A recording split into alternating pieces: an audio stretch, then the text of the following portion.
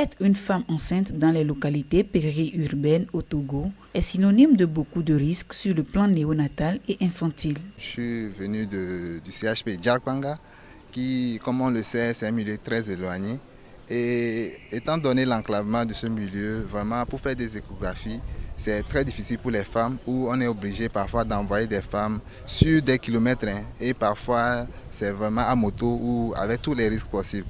Conséquence, plus de 400 nouveau-nés sur 100 000 naissances au total ont trouvé la mort selon les résultats des dernières enquêtes de santé mentionnées dans le PNDS. Un tableau inquiétant qui bientôt pourra connaître une amélioration positive.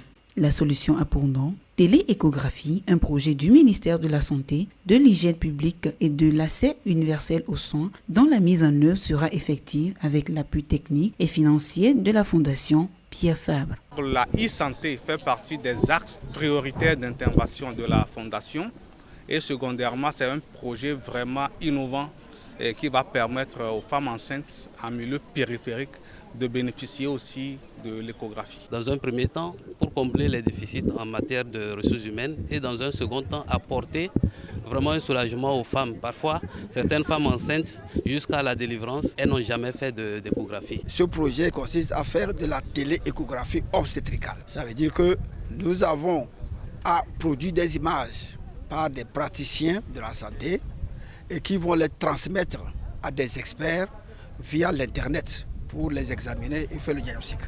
D'ailleurs, les centres hospitaliers bénéficiaires, une dizaine, ont reçu leur matériel ce 5 septembre 2023, date qui marque officiellement le début du dit projet. Donc nous pensons que ces appareils-là vont nous permettre vraiment de faire des échographies sur place et avoir accès aux spécialistes. Donc ça va améliorer beaucoup la santé maternelle et nous éviter beaucoup de problèmes. Déjà, il faut le noter, plus d'une vingtaine de professionnels de santé issus de tous les centres hospitaliers bénéficiaires du Togo ont été formés pour un bon usage des matériels. Nous avons eu donc à travailler sur deux aspects, la formation en pratique démographique et ensuite comment transférer ces images bien produites sur la plateforme Bogo. Au total, elles sont au moins 4000 femmes enceintes qui vont bénéficier de ce projet.